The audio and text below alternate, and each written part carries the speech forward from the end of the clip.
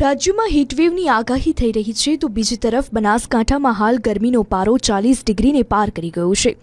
એવામાં રાજસ્થાનના સંત કેવદારામ દ્વારા બનાસકાંઠાના વિવિધ ગામોમાં જઈને ઉનાળાની શરૂઆતથી જ આકરી તપસ્યા અને ધ્યાન ધરવામાં આવી રહ્યું છે।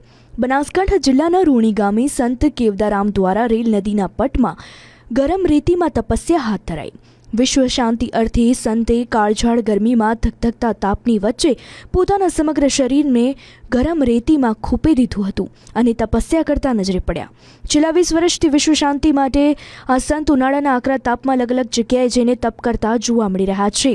ત્યારે બનાસકાંઠા જિલ્લામાં આ સંતના દર્શન કરવા લોકો દૂર દૂરથી પહોંચી રહ્યા છે। આ બાપ શ્રી કેવદારામ 20 થી 25 સાલ આ જમીનમાં ધમધમતી રેતીમાં તપસ્યા કરી છે વિશ્વની શાંતિ માટે અને આજુબાજુના ગામના સબ બાપશ્રીના દર્શન કરવા આવે છે અને 1 કલાક બાપશ્રી રેતીમાં તપસ્યા કરે છે।